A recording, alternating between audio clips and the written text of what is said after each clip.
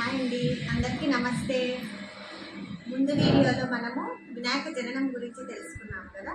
ఈ వీడియోలో వినాయకుడికి ఏకవింశతి పత్రాలు అంటే 21 పత్రాల పూజ, ఎందుకు పత్రి పూజ వినాయకుడికి విశిష్టత అనేది తెలుసుకుందాం. మనం మామూలుగా గోమయంతోనో పసుపుతోనో ఎర్రమట్టితోనో అలికేసి మంటపం ఏర్పాటు చేసుకొని రంగవల్లులను ఏర్పరిచి పూజ చేస్తాం. ఏ దేవుడికైనా కూడా ఇది మా సాధారణంగా చేసే పద్ధతి. కానీ ఒక్క వినాయకుడికే పత్రి పూజ విశిష్టం. ఎందుకు? మన సనాతన ధర్మంలో ఏ పూజ అయినా, వ్రతమైనా, ఏ పద్ధతి అయినా కూడా అర్థం పరమార్థం రెండూ ఉంటాయండి. అంటే మనం ఉట్టి పూజే కాదు, ఆ పూజలో వాడే విధానము, చేసే విధానాన్ని బట్టి మన ఆరోగ్యము, మన ఇది అన్నీ కలిసి ఉంటుందన్నమాట. అదే మన హైందవ ధర్మం యొక్క గొప్పతనం.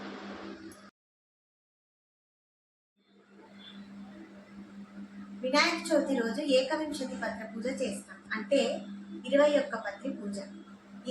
ఏ పత్రి అంటే ఆ పత్రి దొరికింది కదా అని ప్రతి ఆకుని తుంచేసి పూజ చేసేయడం కాదండి. మన వాళ్ళు చెప్పింది వ్రతకల్పంలో ఏ పత్రిని అయితే చెప్పారో ఆ పత్రినే ఉపయోగించాలన్నమాట. అప్పుడే ఎన్నో ఔషధ గుణాలు కలిగిన పత్రితో మనం పూజ చేస్తాం. దానివల్ల మనకి ఎన్నో రోగాలు నిర్మూలించబడతాయి. ఈ వినాయక చవితి భాద్రశుద్ధ చవితి అనమాట. అంటే వర్షాకాలంలో వస్తుంది. భాద్రపద మాసం వర్షాకాలంలో ఎన్నో బ్యాక్టీరియాలు, రోగకారక క్రిములు మన చుట్టూ ఉంటాయి, గాలిలో నీళ్ళల్లో ఉంటాయన్నమాట. వాటినంతా నిర్మూలించడానికి మనం ఈ పత్రితో వాడతాం. మనం వాడే 21 పత్రిలో ఒక్కొక్క పత్రికి ఒక్కొక్క విశిష్టత అండి. ఒక్కొక్క పత్రికి ఒక్కొక్క గుణం ఉంటుంది. అందులో వినాయక చవితి నవరాత్రులు చేయమంటారు. నవరాత్రులు ఎందుకంటే ఇప్పుడు మన వైద్య భాషలో చూస్తే ఒక కోర్స్, ఒక టర్మ్, ఇప్పుడు 3 days టాబ్లెట్స్ వేసుకోవాలి, 5 days వేసుకోవాలి అని చెప్తారు కదా. అట్లా ఈ పత్రిని తెచ్చి మనం మట్టి గణపతికి పూజ చేసి ఆ మట్టితో పాటు ఈ పత్రి 9 రోజులు వినాయకుడి పైన ఉంటే ఆ బ్యాక్టీరియా గాలిలో కలవడం వల్ల రోగకారకులైన సూక్ష్మజీవులు నిర్మూలించబడతాయి అన్నమాట. అందుకని నవరాత్రులు చేయమంటారు.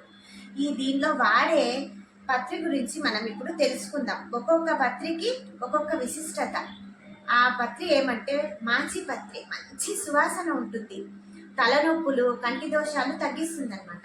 బృహతి పత్రం దగ్గు, ఉబ్బసం, నంజు, గొంతు, ఊపిరితిత్తుల సమస్యను అరికడుతుంది. బిల్వపత్రం ఈ ఆకు పసురు చర్మ దోషాలను నివారిస్తుంది అనమాట. దుర్వాపత్రి రక్త పైత్యానికి, మూత్ర సంబంధిత సమస్యలు తగ్గిస్తుంది. దత్తూర పత్రం ఆస్మా, ఇతర దగ్గులకు, కీళ్ళవాతాలకు మంచి ఔషధ గుణాలు ఉంటాయి ఈ దత్తూర పత్రంలో. అంతేకాదండోయ్, తేలు, జర్రి, ఎలుక ఇలాంటివి కాటేసినా కూడా ఈ ఆకు పసురు పూస్తే తక్కువని మాయమైపోతుంది అనమాట. బదరీ పత్రం అజీర్తి, రక్త దోషాలను నివారిస్తుంది. ఇది వీరవృద్ధికి కూడా తోడ్పడుతుందండోయ్. అపామార్గ పత్రం గాయాలను తగ్గించడంతో పాటు చర్మ సమస్యలకు కూడా ఇది అద్భుతంగా పనిచేస్తుంది. చూతపత్రం మామిడి భూమండలంలోని అతి పురాతనమైన పండ్ల మొక్కల్లో ప్రధానమైనది. పాదాల బాధల నుంచి ఉపశమనం కలిగిస్తుంది. అంతేకాదు, ఈ ఒక్క పత్రే మనము చెట్టు నుంచి వేరు చేసినా కూడా మామిడి పత్రంలో మనం అందుకే పూజలు, పండగలు, పబ్బాలు అంటే మామిడి తోరణాలు కడతాం. ఎందుకంటే వేడుకలన్నా జనమంతా కలిసినప్పుడు ఈ పత్రము చెట్టు నుంచి వేరు చేసినా కూడా మనకు ఆక్సిజన్ ఇస్తూనే ఉంటుంది అనమాట, అది వాడిపోయేదాకా. అందుకే మామిడి పత్రం వాడతాం అనమాట. తర్వాత కరవీర పత్రం తలలో చుండు తగ్గిస్తుంది. ఈ మొక్క అంతేకాదు, ఈ మొక్క కొంచెం విషతుల్యం కాబట్టి జాగ్రత్తగా ఉండాలి. విష్ణుకాంతి పత్రం దీర్ఘకాలిక దగ్గును, కఫాలను, వాతని, జ్వరాలను నివారిస్తుంది. దాడిమి పత్రం శరీరంలో త్రిదోషాలైన వాత, పిత్త, కఫాలను హరింపజేస్తుంది. దేవదారు పత్రం దేవదారు తైలం చర్మ వ్యాధులకు, గొంతు సమస్యలకు, పేగుల్లో పుండ్లకు, కండరాల బలోపేతానికి, లైంగిక ఉత్ప్రేరణకు ఉపయోగపడుతుంది. మరువక పత్రం నరాల ఉత్ప్రేరణకు, చెవిపోటు, నొప్పులకు ఔషధంగా ఉపయోగపడుతుంది. సింధువార పత్రం వాతం, శరీరం, తలమాడు నొప్పులను తగ్గిస్తుంది. పంటి చిగుళ్ళు, కీళ్ల బాధలను నివారిస్తుంది. జాజీ పత్రం ఈ ఆకులు శరీరానికి వేడినిచ్చి శక్తిని కల్పిస్తాయి. వాపు నొప్పిని తగ్గిస్తాయి, రక్తాన్ని శుద్ధి చేస్తాయి. గండకీ పత్రం కడుపులో నులి పురుగులను హరిస్తుంది.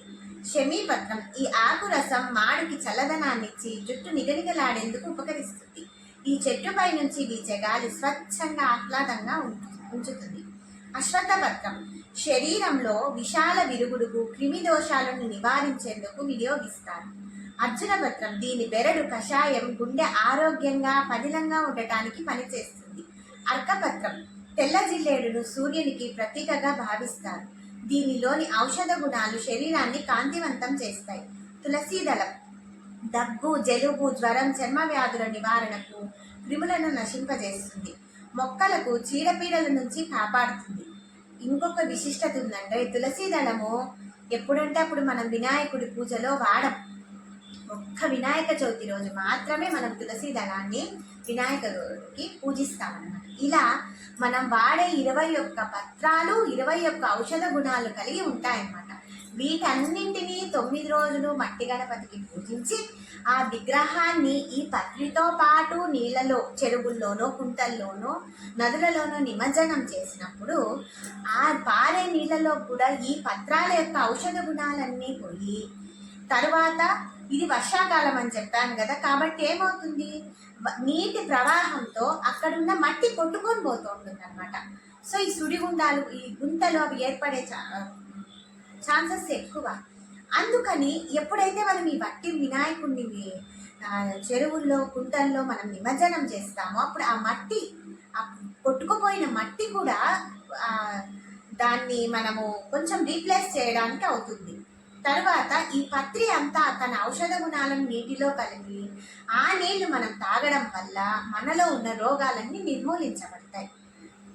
తెలుసుకున్నారు కదండి. ఇలా ఉంటుంది మనం చేసే ప్రతి పూజకి అర్థం, పరమార్థం, దానికి ఒక సైంటిఫిక్ రీజన్ అన్నీ ఉంటాయన్నమాట. మన పెద్దలు, పూర్వీకులు, ఋషులు ముఖ్యంగా మనకు ఒక పండుగను, ఒక పద్ధతిని ఇచ్చారంటే దాంట్లో చాలా చాలా చాలా నిగూఢ అర్థాలు ఉంటాయి. తెలుసుకుంటే హాయిగా మనం పూజలు ఇవి చేసుకోవడమే కాదు, దానిలోని లాభాలు కూడా పొందొచ్చు. తరువాత వినాయక పూజలో ఇంకొకటి విశిష్టంగా వాడేది దూర్వాయుగం, అంటే గరిక. ఎందుకు గడ్డి పోచకాయని ఎందుకు అంత విలువిచ్చాడు అనేది తెలుసుకుందామా. ఒకసారి దేవతలంతా సమావేశమై ఉంటే తిలోత్తమ నాట్యం చేస్తుంటే యమధర్మరాజు ఆమెను మోహించి అందరి ముందే ఆమెను కౌగిలించుకుంటాడనమాట. కౌగిలించుకుని సభలో అబాసు పాలైపోతాడు. అప్పుడు ఆ యమధర్మరాజు వీర్యం నుంచి మనకు అనలాసురుడు అనే ఒక రాక్షసుడు పుడతాడు. ఆ రాక్షసుడు అగ్నిశిఖలాగా, అగ్నిగోళంలాగా మండిపోతూ అందరి మీదకు వచ్చేస్తూ ఉంటాడు. ఎవ్వరు దేవతలు ఎంత నిలువరించాలన్నా కూడా నిలువరించలేకపోతారు. అప్పుడు దేవతలు, ఇంద్రుడు, అష్టదిక్పాలకులు, దేవతలందరూ పోయి విష్ణుమూర్తిని వేడుకుంటే విష్ణుమూర్తి నేను కూడా ఏం చేయలేను అంటాడు. బ్రహ్మను వెళ్ళి పెడతారు. బ్రహ్మ కూడా నాకు సంబంధం లేదు, నేనేం చేయలేను, వినాయకుడిని వెళ్ళి వేడండి అంటారు. అప్పుడు వీళ్ళందరూ వినాయకుడిని పోయి వేడుకుంటే ఏం చేస్తాడు వినాయకుడు, ఆ అనలాసురుని పెద్దగా పర్వతమంతా, అనలాసురుని మించి పర్వతమంతా ఎత్తేదిగా అనలాసురుని మింగేస్తాడనమాట. అప్పుడు ఆ లోపల కడుపులో పోయి ఆయనకు అగ్నిగోళం, ఎలా అయితే శివుడు గరళాన్ని కంఠంలోనే ఆపేసి ఆ బొజ్జలోకి రాకుండా మనలందరినీ కాపాడినాడు, అలాగే వినాయకుడి అనలాసురుడు అగ్నిగోళాన్ని మింగేస్తాడు. అప్పుడు ఆ వేడికి ఎంత ఉపశమనం కలిగించాలన్నా కూడా కుదరదనమాట. విష్ణుమూర్తి 2 తామరలు ఇస్తాడు, శివుడేమో ఆదిశేషుడిని ఇస్తాడు. ఇలా ఒక్కొక్క దేవుడు, బ్రహ్మ సిద్ధి బుద్ధిని ఇస్తాడు. ఒక్కొక్క దేవుడు ఒక్కొక్క వస్తువుని, ఒక్కొక్క ఆయుధాన్ని అలా ఇచ్చినా కూడా వినాయకుడిలోని ఇది తగ్గదు. అది తెలుసుకున్న ఋషులు, మునులు ఏం చేస్తారు, వెళ్ళి ఒక్కొక్క ముని 21 దుర్వాయుగ్మాలను ఆయనకి ఇస్తారన్నమాట. అప్పుడు ఆయనలోని శక శాంతించి ఉపశమనం పొందుతాడు. అందువల్ల వినాయకుడికి గరికపోచనిచ్చి మనము తొందరగా ఏదైనా కూడా ఆయన దగ్గర నుంచి వరం పొందొచ్చు అనేది ఒక కథ. ఇంకొక కథ ఏమంటే, శివుడు పార్వతీదేవి కళ్యాణానికి పోయినప్పుడు హిమవంతుడు అనుకుంటాడు, ఆహా నా కాబోయే అల్లుడు పరమశివుడు రంగరంగ వైభవంగా ఇంత అట్టహాసంగా వస్తాడు ఊరేగింపుతో అనుకుంటాడు. కానీ మన శివుడు ఏముందండి, శ్మశానంలో తిరిగేవాడు, ఏనుగు చర్మం కట్టుకున్నవాడు. చాలా సింపుల్గా, అంటే ఎటువంటి హడావిడి లేకుండా, ఏమి లేకుండా, ఒక ముసలి ఎద్దు, ఒక 10 తన ప్రమదగణాలు, ఒక 10 మంది, ఒక చిన్న బాలుని తీసుకొని వెళ్తాడు. వెళ్తే హిమవంతుడికి కొంచెం, అరే ఇంతమందిలో నా అల్లుడు చిన్నగా కనిపిస్తున్నాడే, నేను ఎంత అనుకున్నాను, చిన్నబోతున్నా అని అవమానంలాగా తను అనుకుంటాడు. అప్పుడు పరమశివుడు సరే సరే, మా వియ్యాల వారి అంటే మా మగపెళ్లి వారం ఇలా వచ్చామని నువ్వు బాధపడుతున్నావు కదా, మరేం పర్వాలేదు, ఈ చిన్న పిల్లవాడి కడుపు నిండా భోజనం పెట్టు, నీకు అన్నీ నీ అవమానము, ఇవన్నీ నువ్వు అనుకుంటున్న అవమానము అవన్నీ పోతాయి అని చెప్తాడు. సరే అని చెప్పి ఈ చిన్నపిల్లవాడికి అని చేసిన పదార్థాలన్నీ, భక్ష్యభోజ్యాలు అన్నీ మొత్తం గుట్టలు అంటే పెళ్లి కోసం చేసిన పదార్థాలన్నీ ఆ పిల్లవాడికి ఎంత పెట్టినా తినేస్తుంటాడు. ఇంకా తీసుకురండి అని గోల చేస్తుంటాడు. అప్పుడు మళ్ళీ హిమవంతుడు తన తప్పును తెలుసుకొని శివుణ్ణి వెళ్ళి వేడతాడు. స్వామి కరుణించు, నేను అనుకున్నది తప్పు, ఎలాగైనా ఆ పిల్లోని ఆకలిని తీర్చు అంటే ఒక్క గరికపోచ ఇచ్చి, గరికపోచ నీకు ఆ అబ్బాయి ఆకలి తీరుతుంది అని చెప్తాడు శివుడు. అప్పుడు హిమవంతుడికి ఇన్ని భక్ష్యభోజ్యాలు తింటే ఆకలి తీరిన వాడు ఈ గడ్డిపోచకు ఆకలి తీరుతుందా అనుకుని సరే అనేసి వెళ్ళి ఇస్తాడు. ఆ ఒక్క గరికపోచతో ఆ అబ్బాయి ఆకలి తీరుతుంది అనమాట. అతడు వినాయకుడు, అందుకే ఒక్క చిన్న గరికపోచకి లొంగిపోతాడు వినాయకుడు, అంత గణనాథుడైనా కూడా. అంతేకాదండి, వినాయకుడిలో ఇంకొక విశిష్టత ఉంది. ఏమంటే ఆయన అయోనిజుడు. ఆయన పుట్టాలి అని అందరూ ప్రార్థించారు, దేవతలు కోరుకున్నారే కానీ ఏ హోమాలు చేయలేదు, జపాలు చేయలేదు, తపాలు చేయలేదు. కేవలం పార్వతీమాత మనందరి మీద దయతో సున్ని పిండితో బొమ్మను చేసి ప్రాణం పోసింది అంతే. ఆయన కోసం ప్రత్యేకంగా యాగాలు కానీ ఇవి కానీ చేయండి. అంత సులభుడు ఆయన, అంటే అంత మనకు భక్త సులభుడు. మనం కోరుకుంటే విఘ్నాలన్నింటినీ పారద్రోలి ఇది చేసి ఒక్క గరికపోచకే ఆయన లొంగిపోతాడు, ఒక్క పత్రికి ఆయన లొంగిపోతాడు. ఇదన్నమాట వినాయకుడి పత్రి పూజ విశేషం. తరువాత మన వినాయక పూజలు ఇంకొకటి, అంటే వేరే దేవుళ్ళ పూజలకి వినాయక పూజల్లోనూ తేడా ఇంకొకటి, గుంజీ. ఎందువల్ల ఆయనకు గుంజీలు ఇష్టము అంటే దానికి ఒక శాస్త్రపరంగా ఒక చిన్న కథ ఉందండి. ఒకసారి మన శ్రీ మహావిష్ణువు శంఖ చక్రాలు గద అన్నీ తన ఆయుధ సమేతంగా కైలాసానికి వెళ్తాడనమాట. వెళ్ళి అవన్నీ పక్కన పెట్టేసి అలా శివుడితో చర్చిస్తూ ఉంటాడనమాట. అలా రిలాక్స్ అవుతూ మాట్లాడుకుంటూ ఉంటారు. ఆ సమయంలో బొజ్జ గణపతి అల్లరి పిల్లవాడు వినాయకుడు అటు ఇటు చూసి తేజోవంతంగా వెలిగిపోతున్న సుదర్శనుని చూసేసరికి అబ్బా ఇదేదో కొత్తగా ఉంది, చాలా బాగుంది అనేసి ఆ సుదర్శనుని మింగేస్తాడు. తర్వాత ఈ విష్ణువు శివుడితో చర్చలు అవి ఇక వైకుంఠానికి బయలుదేరుతాడనమాట. కైలాసం నుంచి బయలుదేరాలంటే అన్ని చూస్తే గద ఉంది, ఇది ఉంది, చక్రం ఎక్కడ, నా సుదర్శనం ఎక్కడ అని అంతా వెతికితే ఎక్కడా ఉండదు. అటు వెళ్తున్న వినాయకుడు ఏమైంది మామ, ఎందుకు, ఏం వెతుకుతున్నావు అని అడుగుతాడనమాట. అడిగితే ఇట్లా నాన్న నాది సుదర్శనము ఇది అంటే నేను తినేసాగా అని చెప్తారు. అయ్యో నాకు ఇప్పుడు కావాలి అంటే నేను ఇవ్వను, నాకు అది బాగుంది అంటారు. అప్పుడు ఇంకా విష్ణువు చిన్న పిల్లవాడు కదా, నవ్వించి బుజ్జగించి తీసుకోవాలని ఇలా ఎడమ చేతితో కుడి చేతితో ఎడమ చెవిని పట్టుకొని పైనకి కిందికి గుంజిళ్ళు తీస్తాడనమాట. అది చాలా సరదాగా తమాషాగా తోస్తుంది వినాయకుడికి. నవ్వేసి సరే మామ నాకు చాలా బాగుంది వింత ప్రవృత్తి అనేసి సుదర్శనుడిని విష్ణుమూర్తికి ఇచ్చేస్తాడు. ఇచ్చేసి విష్ణుమూర్తి సంతోషంగా తన వైకుంఠానికి వెళ్ళిపోతాడు. అలా గుంజీలకు ఆయన ప్రసన్నమై తను మింగేసిన సుదర్శనాన్ని విష్ణుమూర్తికి ఇచ్చాడు. కాబట్టి మనం గుంజీలు తీసి వినాయకుడిని ప్రసన్నం చేసుకుంటాం. ఇంకొకటండి, మన వినాయక చవితి రోజు చేసే ప్రసాదాలకు కూడా ఒక విశిష్టత ఉంది. నేను ముందే చెప్పాగా, మన హిందూ ధర్మంలో మన హైందవ సాంప్రదాయంలో ఏదైనా వ్రతం చేసినా, ఏదైనా ప్రసాదం చేసినా, మన తినే అలవాట్లు కావచ్చు, మనం పద్ధతి కావచ్చు, ప్రతిదీ అర్థం పరమార్థం. అంటే మనం చేసే పూజ యొక్క పుణ్యమే కాదు, అందులో ఆరోగ్య రహస్యం కూడా దాగే ఉంటుంది.